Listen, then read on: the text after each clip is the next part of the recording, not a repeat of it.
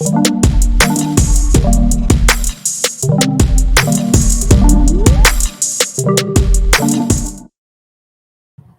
to the Unscripted Authentic Leadership Podcast where we're seeking to lead change while also seeking to understand. I am your host, Lafayette Lane, joined by my co-host, John LeBron, and we are here for another exciting, enthralling episode here on the Unscripted Authentic Leadership Podcast. As always, before we get into the topic, we definitely want to thank all of our supporters that have been supporting us, all of our YouTube supporters there at the YouTube channel, Unscripted Authentic Leadership. Those of you that are following us on Facebook, on Unscripted Authentic Leadership, or you follow us on Instagram, where you'll see those little short unscripted reel clips at Unscripted Leadership. And also those of you that may not watch, but you are a listener, a part of our listening family, a part of our listening audience that stream our podcast on any of the major podcast platforms from Apple, Spotify, Google Podcasts, Stitcher, iHeartRadio, TuneIn, and Buzzsprout. To that we say thank you. Listen, we're here for another week, and I believe it's episode 17. I believe so. And can't believe it. We started this 3-4 months ago, and we've been going strong. So I'm feeling pretty well. It's the Christmas season. It's the holiday season. Yesterday, it was like almost a summer day. It's kind of confusing, but not complaining. It felt great outside. Got some things done. And so I'm pretty excited, bro, about this time. How are you doing, bro? I'm good. I was just thinking, you said 4 months. I started calculating in my head. I'm like, it has been about 4 months. Yep. That's crazy. I feel like we just started. We're still figuring things out. Yeah, man. Yeah. No, I'm good. It's been a good day. Lily had a soccer game today. Scored 3 goals. That's her best word. Yeah. So it's been a good day. Good. Lily. Absolutely, man. And shout out to Lily, and we pray that she continues to put in that work. Well, man, let's get right into the topic.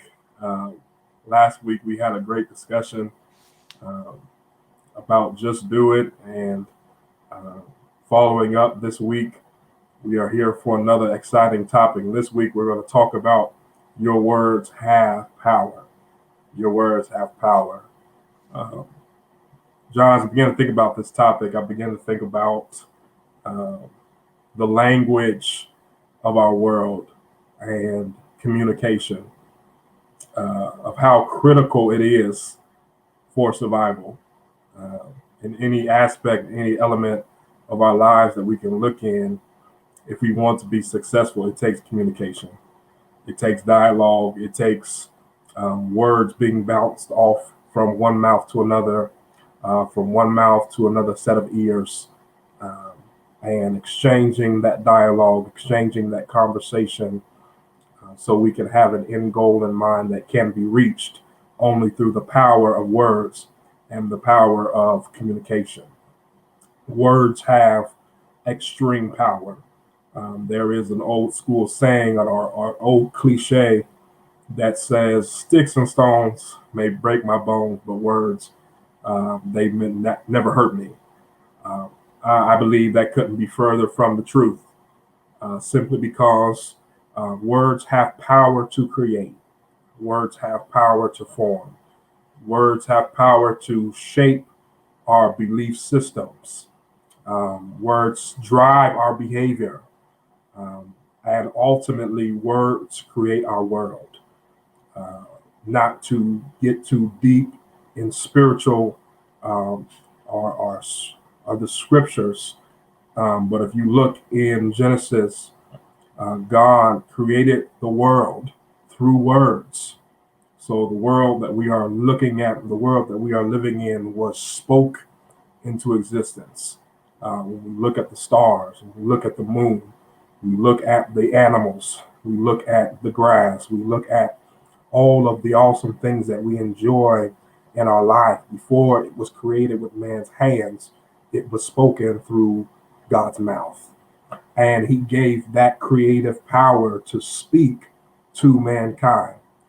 We are created in the image of God.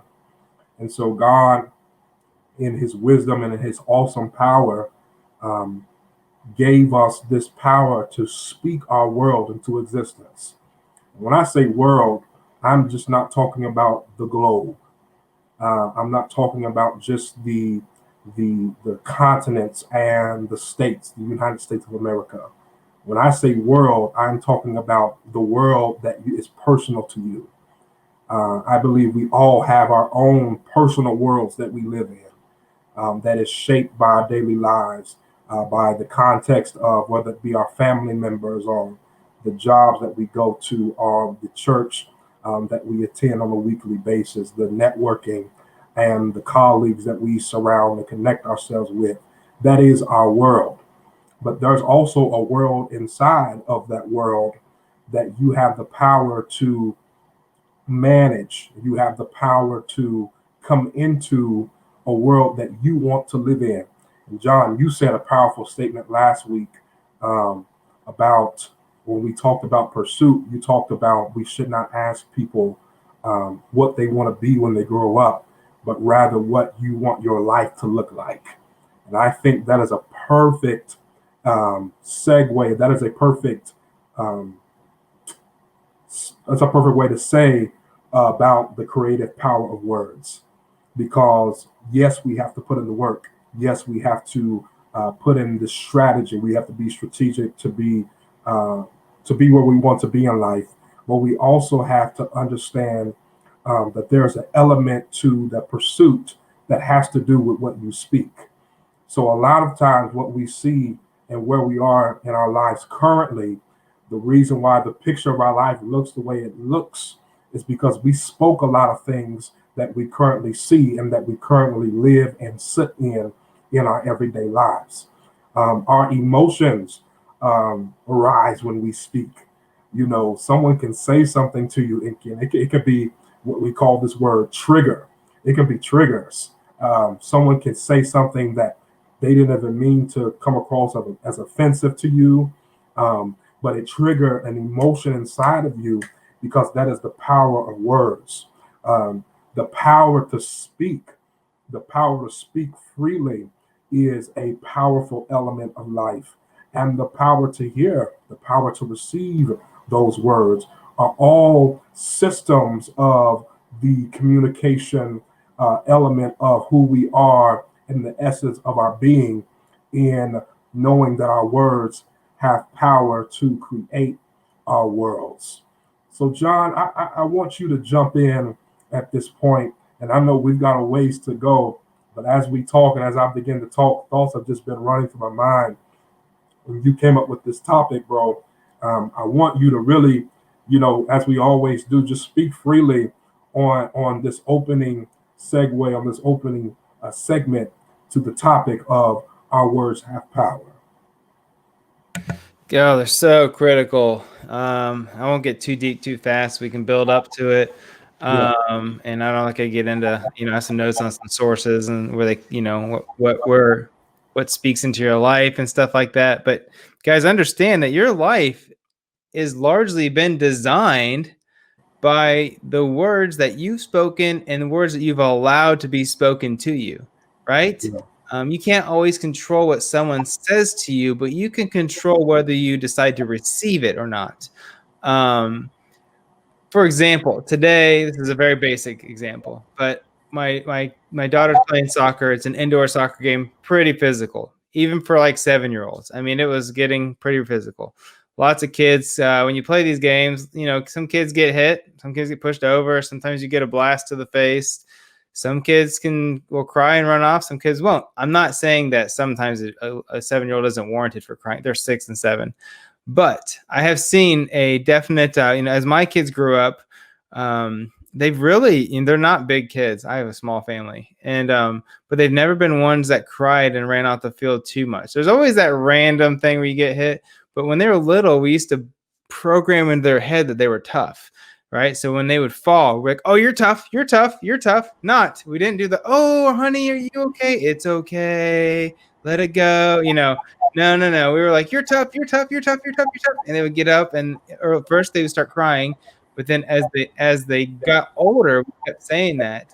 And I would notice that as they started become 5, 6, 7, 8 years old, and they would get hit by something, or they'd fall, or just fall on the playground, they wouldn't just start crying, right? Yeah. Versus I've seen other kids. I have a niece that cries a lot when she just stubs her toe or whatever, right? You say a mean word to her. We've just programmed in their mind. So when they get hurt, I've heard my son do it. He would get hurt and say, I'm tough, and he would just get up. It doesn't mean that they would never cry, but when I was in high school, my parents used to tell me that I was really good at math. And then when I went to college, I went for engineering, and I had the hardest time. And I remember my dad about my sophomore year or so. He's like, maybe it was my junior year. I ended up switching degrees, but it was after I finished all the required math, and I had really struggled getting through it. But he was like, I'm surprised you picked this major. I'm like, why? He goes, because math was always your worst subject in high school. I'm like, I thought I was really good. You guys always told me I was really good at math. And he's like, yeah, I mean, we're just speaking it for you. But I forgot until I sat there and remembered back. I thought, you know what? We were up till like 11, 12 o'clock at night with my dad. And he was going over algebra, just basic algebra, Yeah. over and over and over. And that was I was not an advanced kid. That was what most kids took in the 9th grade or the 10th grade. And I thought, I never was naturally good at it, but it was spoken into me so much. I just believed it. I just assumed I was really good at math. And when I looked back, I thought, well, now I'm good because I did so much of it. But I was not naturally gifted at math as a kid. I just, for some reason, thought I was. So your words have power, and we'll explain why here real soon. Absolutely. I think that's very good, that example that you brought up, because what it shows is the power of words to program. That even though you inherently knew, like, well, maybe I'm not so good at this, because of the repetition of your parents speaking to you, that you are good at math, you are good at algebra, you are good at trigonometry. Your brain began to believe because of the repetition of what you heard.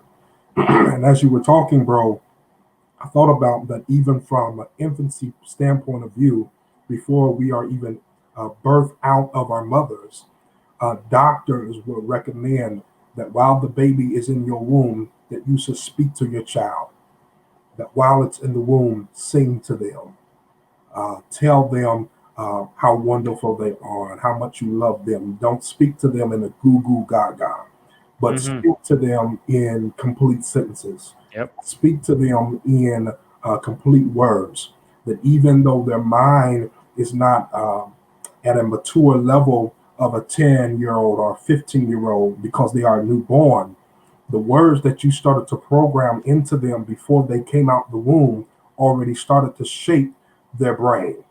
That your words can literally shape your mentality. And I love how you said about, you would tell your kids, no, you are tough, you are tough. And eventually, what you said to them, their body caught up to what you said. And so when your son, when little John took a fall, when Andrew took a fall, he said, you know what, I may have a little tear that wants to well up, but I'm going to declare I am tough because daddy told me that I was tough. Mommy told me that I was tough. And so we have to be careful because your words have energy, they have power, they have the ability to help, they have the ability to hinder, they have the ability to hurt, to harm, to humiliate, and even to humble. And so the words that we speak, we have to put some grace and some seasoning on our words, not to be so PC or so sensitive necessarily to where we can't speak freely, but speaking with mindfulness, speaking in ways that will bring peace and compassion that aligns itself with our moral values and our moral characters to who we are, that aligns itself to the belief system that we believe in. And so when we speak, we can speak the truth, but we can speak the truth in love. When we speak, we can speak with some seasoning of grace, with some mercy, with some empathy, with some sympathy and with mindfulness, that it's not so much that I'm trying to press my message into your head, but I want you to be in a space to receive it, so that my presentation, my approach is in such a way that you can receive the words that I'm speaking into you. Because at the tip of your tongue, you have the ability to speak life, or you can speak death. And I think that if we kept that at the forefront of our minds, that literally there are sometimes people are in a life, in a death situation, and at the other end of your tongue can determine the outcome of their life. If we thought about that when we speak to people on a day-to-day basis, whether we're speaking and have a conversation with a coworker, that coworker may be coming off a little cold. They may not be in a place to where we think they're receiving what we're saying to them. We don't know what they're going through. We don't know what's going on in their mind. We don't know what's going back at home in their home life. But we have to be sensitive that the words you speak to them may be the breakthrough that they need. It may be the encouragement that they need. That, you know what, I can make it through another day. I may be going through a rough patch right now. I may be going through a challenging season in my life. But the words that you spoke to me let me know that I can make it. So we should speak with mindfulness, because our words are, are a product of our thoughts, and vice versa. Our thoughts are a product of our words. And so they go hand in hand, vice versa. The mind is connected to the mouth, the heart is connected to the mind, and whatever is in your heart is going to come out of your mouth. Whatever in your mouth is a product of what's in your heart, and your heart is connected to your brain. And so, whatever you receive, whatever you have that input, is going to be your output. Whatever you put in is what you're going to put out. Yes. And so, I think that's another element that we have to be careful of, bro, of what we're placing before us. Because a lot of times, the words that we speak is not even necessarily inherently because we are such a wicked individual. Is because of the things that we're putting on the inside of us. And so, because we're putting things in front of our eyes that don't necessarily generate and produce power of love, the power of love and the power of grace, but we're putting things in our mind and our thoughts that are producing wickedness and things that wouldn't be productive, soon enough, what you put in will come out of you. It'll come out of your thoughts. John, talk about that element of your words control your thoughts. Oh my gosh. Teed that up perfect. And that was powerful. So the proverb that says, as a man thinketh, so is he. Not so does he think, it's so is he or her or she. Meaning, as you think, that's you. Your mind is basically a computer. It's the most powerful supercomputer ever created, okay? Yeah. One that never gets too full, but never forgets anything, right? Crazy how it was developed. Your mind literally creates wrinkles as you learn new things, but you never has a capacity, right? There's no terabyte capacity in your mind. And you can actually recall anything ever needed to in your mind if you have the ability to understand how to recall it. I'm not saying I am perfect with that. I can just guarantee your mind can't forget anything. That's why I may forget what I had for dinner last Wednesday, but I have vivid memory of being 4 and 5 years old that I can recall. And I've recalled it to my parents saying, hey, I remember this house and this situation. And they would look at me like, how do you remember that? Like, I'm 30, I'll be 37 in about a week. So, I mean, you're talking 32, 30, whatever years ago. Like, how do you remember these things? I don't know. It's just I can still remember in my mind exactly what this house looked like when I was 3, right? And I've outlined it to them, and they're like, wow, that's incredible, right? And anybody has that ability. Just your mind captures these moments, and it does not forget. So your mind can be programmed and controlled by your words. And the words of others that you decide to receive. Okay.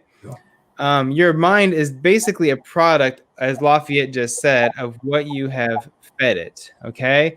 So you need to be conscious, and this is probably another topic, I don't know, but of what you're feeding your mind. So what you put in is what comes back out, right? We've talked about this before. You can't give what you don't have. So your mind basically gets thoughts from essentially three main sources, right? You have your five senses, which is brings awareness to your environment and your surroundings, correct? So you're like, wow, it smells like there's food in the house, and you walk in, or there could be a fire or something like that, right? And then you also get thoughts that come from God, right? He delivers positive thoughts. He delivers guidance if you're listening. And then you also get thoughts, if accepted, from Satan. I'm not trying to get too spiritual, but it's true. Come on, work it here He tonight. delivers the negative thoughts and the self-doubt. So three sources: your own senses that were given to you, God speaking to you, Satan speaking to you. Think of like a little person on each shoulder or something, like in the cartoons, right? So you have three inputs essentially, and you choose what you bring in. So how can we control those though? You're thinking, okay, so someone just gives me thoughts. I don't know how do I control what those come in? Well, you control your thoughts by your words. So typically when we're saying control your thoughts, we're really thinking control your negative thoughts, right? It's not like you have to stop thinking positive things, okay? That's not typically an issue. It's the negative thoughts. We all have that aunt or that family member or that friend who just is always down, right? Do you really think that they've just had life hit harder than anybody else? Certainly not. Everybody's had life. It just depends on how they react to it, right? But your words typically can control your feelings based on that. So you can only combat, and I'll finish up here in a second. You can only combat a bad thought. You can't, let me rephrase that. You cannot combat a bad thought with a good thought, okay? Meaning, okay, if I said, for example, it's been a holidays and I've gained a few pounds. So if I'm like, oh, I feel fat, right? It might have come out of my mouth. I can't be like, no, John, in my head, no, John, you feel skinny. You're skinny. Because all that does is basically has a turmoil of thoughts of in your head. I'm fat. No, I'm skinny. No, I'm fat. No, I'm skinny, right? But you can combat a negative thought. You have to verbally speak the positive thought. So I empower you to try it. If you think something negative, like, oh, I'm kind of slow in your head, and then try to think, no, you're fast, self, right? And see if the thought goes away. You can't. You just justify one or the other in your head. But if you speak, I am fast, or I am confident, or, I overcome all circumstances. Your mind actually has to listen to the words that come out. And since it literally cannot, it's proven, it's why you're not allowed to text and drive. It cannot focus on two things at the exact same time. When you speak those positive words, it has to ignore the negative thoughts and focus on the positive ones. It's how it works. There's no choice. Therefore, you have complete control over the thoughts in your mind.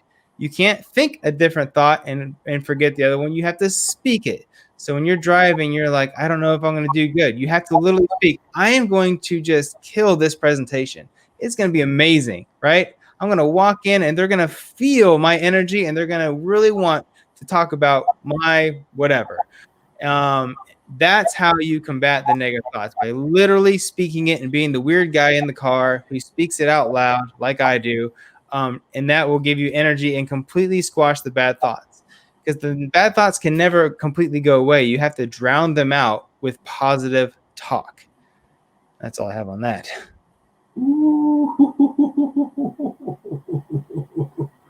You came to work tonight, John. All right. That was a little long. Sorry. That was good. That was good. I never quite heard about you can't combat one thought with another thought without speaking it. You got to speak it. That was so good. Try. Good. Yeah. And no matter how crazy people may look at you, or how crazy you may think of yourself, once you start seeing those results, you won't care so much about how you look. You'll care more about how you live and the results that you get from the words that you speak. I thought about the element of even the affirmation piece and how we can declare to ourselves, just as you said, I'm going to kill this presentation today. You know, I'm going to go to the mirror before I walk out the door, and I'm going to say, you know what, I can do all things through Christ, which strengthens me. I can through Christ. You know, I can't do it all on my own. I'm not a Superman. I don't have, my name is not Clark, last name is not Kent, but I can do all things through Christ, which strengtheneth me. And because I can declare it, and because I can believe it, I can achieve it. Uh, Now we know this brother, he went on to other things, but he wrote a song with Whitney Houston that said, I believe I can fly, believe I can touch the sky. I think about it every night and day. Spread my wings and fly away. I believe I can soar. See me running through the more open doors. I believe I can fly. And people think that's crazy. You're not a bird. You're not an eagle, but you can fly in life. You can get off the ground of mediocrity. You can get off the ground of excuses.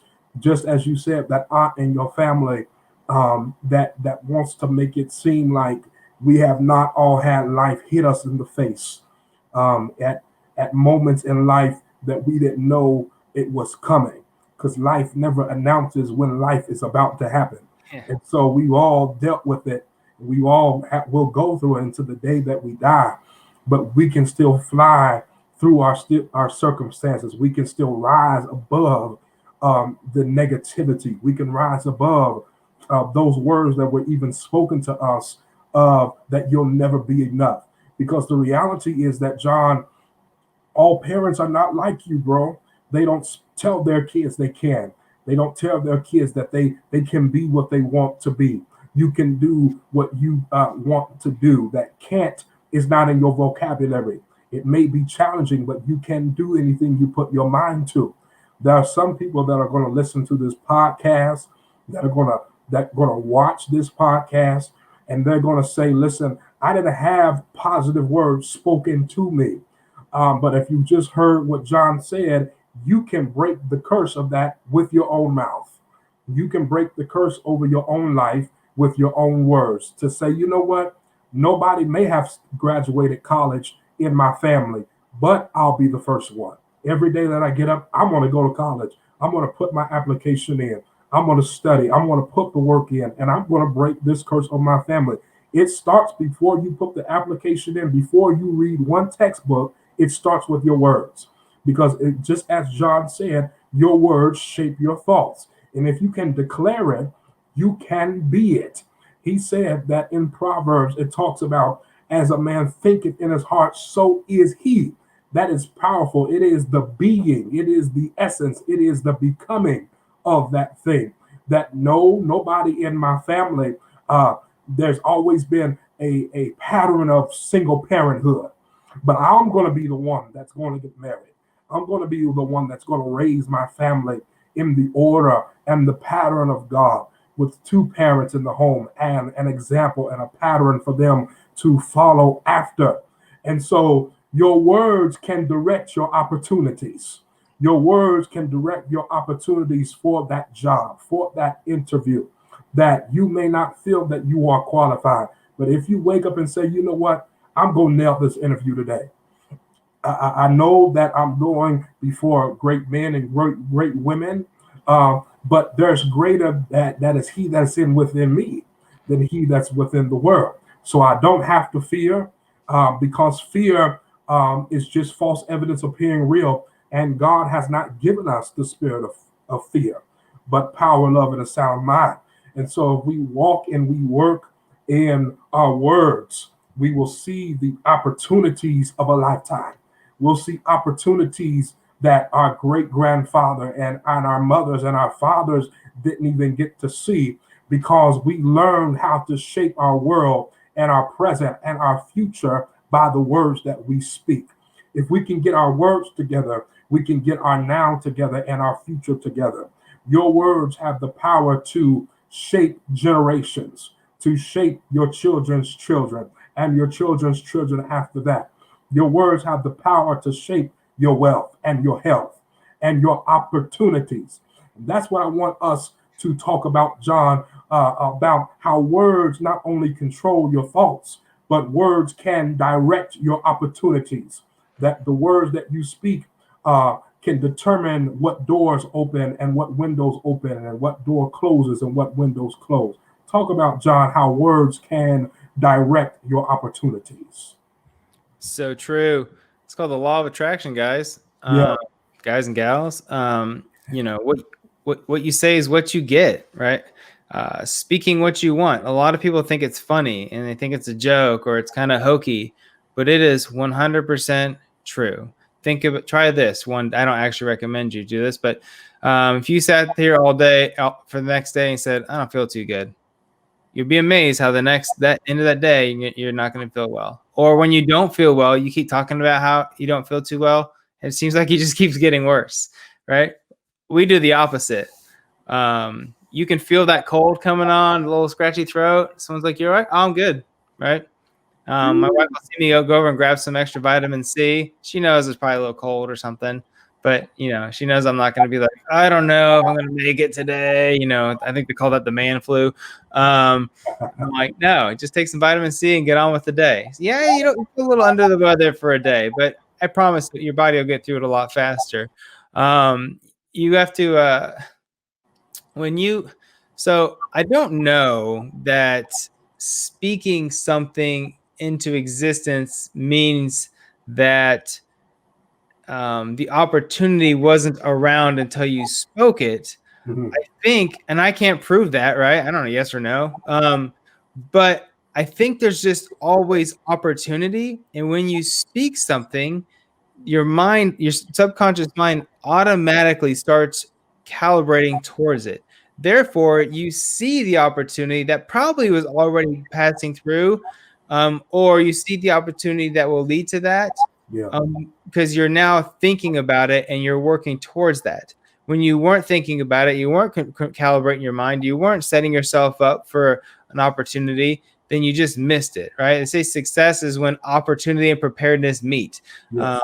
You've been preparing yourself. You're speaking it. This is going to happen. I'm going to find this. I'm going to speak at this event. I'm going to build a business like this. I'm going to whatever. Then you're always calibrating your mind. You're not going to go and speak that you're going to, let's say, make a college football team and then never go work out. You're like, I'm going to make the team. I'm going to do this. I'm going to play linebacker. Well, when you do that, you're also engaging the rest of your mind to like, oh yeah, and I'm working out on Tuesday and Wednesday and Thursday and Friday. I'm grinding in the morning when everybody else is sleeping because I'm going to play for Ohio State or wherever you're going to go. Because you see what I'm saying? You're speaking in your mind, and it's important, guys, to speak things as if they've come to fruition. It's not one day I'm going to make money. It's right. I am successful. I am this. Jim Carrey, there's an old story about Jim Carrey when he was first sort of a starving actor. He was getting declined a bunch of jobs and so forth. And he wrote a check and put it in his pocket, and it was for like $10 million. And he put his self check, and it was written to Jim Carrey. He wrote it to himself, to Jim Carrey, 10 million for acting services, whatever. Put in his pocket, and he dated it a year from then. A year later, he made that much money from the movie The Mask, right? I mean, he wrote the check. It's his own check, but he wrote it as if it was written to him, to Jim Carrey, $10 million for acting services. And then he dated it, and a year later, it came true. I mean, it's not just coincidence. He went work. He didn't just write that and go home and sit on the couch. He started working. But doing that, speaking that, he automatically started working towards that. He started speaking as if it came into fruition, and he spoke it with conviction, like he already had it and he truly believed it. I love it. I love it. I love it. Some of us need to start writing some checks. Yeah.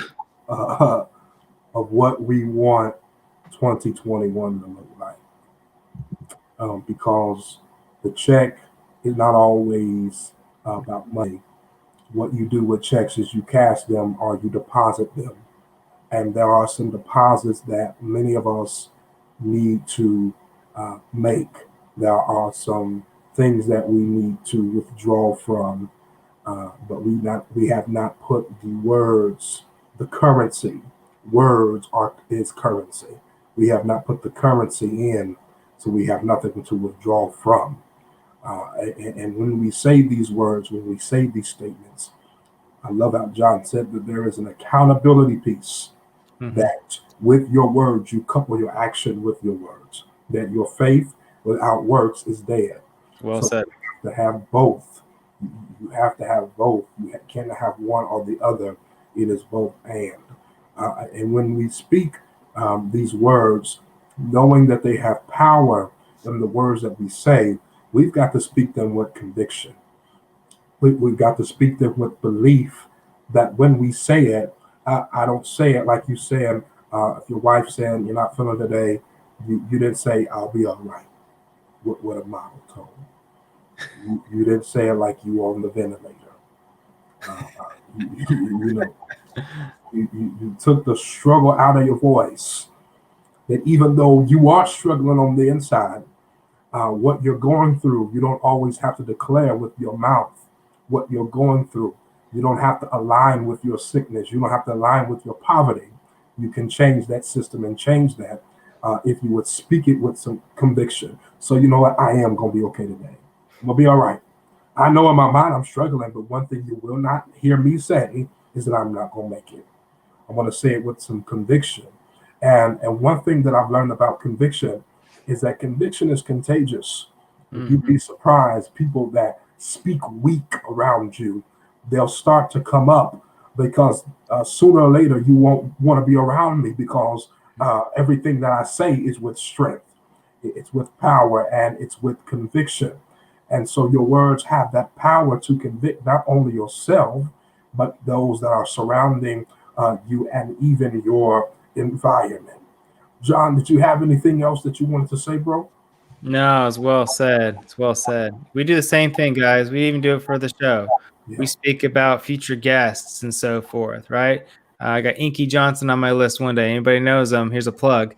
I'm a huge fan of his story. There's other ones on there too. I'm not gonna go down the list, but we do the same thing. We just, you have goals and you speak it. Like this is gonna happen. absolutely, bro. Your tongue is a creative force.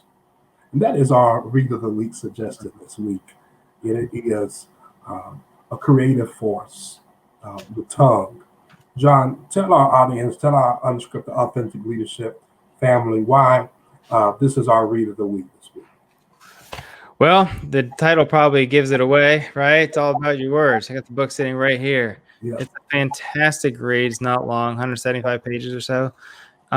It talks about your words, and but it has a strong biblical reference to words and their power. It's not just like what you say is what you get, right? It talks about it gets deep into what kind of things can you do with your words? Like what power do you actually have that you didn't know you had? And here's the references to explain why that's true. Um, that kind of thing. How can you establish good speaking habits? What kind of things should you actually say? That was one of the things I always had. Like I think I'm talking positive, but I really wasn't. I used to say I'm talking positive because I'm going to do this, and someone said, no, going to is always future tense, right? You are, right. and I thought, oh, you're right. I'm always going to, then I'm never am. So just little things like that. And so it was just in the book. It's one of my favorite ones. So when I was I had a new mentor a few years ago, and first thing she said was, read three books. It was Tongue the Creative Force, Hung by the Tongue, and what was the other one? There's another one. But anyways, it doesn't matter. And I said, read them if you want. Read them all three if you want. I said, okay, perfect. So I did. So I mean, yeah, it's pretty powerful. What can I say? That is awesome, and you really just led to another topic, because we always are saying I am going to start working out on Monday, and then that means I'm going to start next week, and I'm going to start the next week instead of saying I am working out today. So the power of I am, and there's a whole nother thing that we can go into. We don't have time, but this has been another exciting episode. of the Unscripted Authentic Leadership. As always, we thank you to all our listeners that have tuned in and have listened to this episode. We want you to continue to show your continual support there, subscribing to our YouTube channel at the Unscripted Authentic Leadership Podcast. You'll find us there on our YouTube channel. You can also follow us on Facebook, where you can find our content. Not only can you find full podcast episodes, but you can find short clips from each podcast episode that we entitled The Unscripted Reel.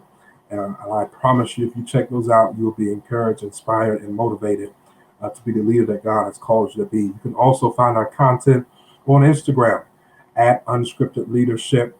Those of you that don't watch our podcast, but you are faithful to the podcast as a listener, we thank you for that. Continue to listen and tell somebody else about the podcast. Give us a review, give us a thumbs up, share, comment, and subscribe.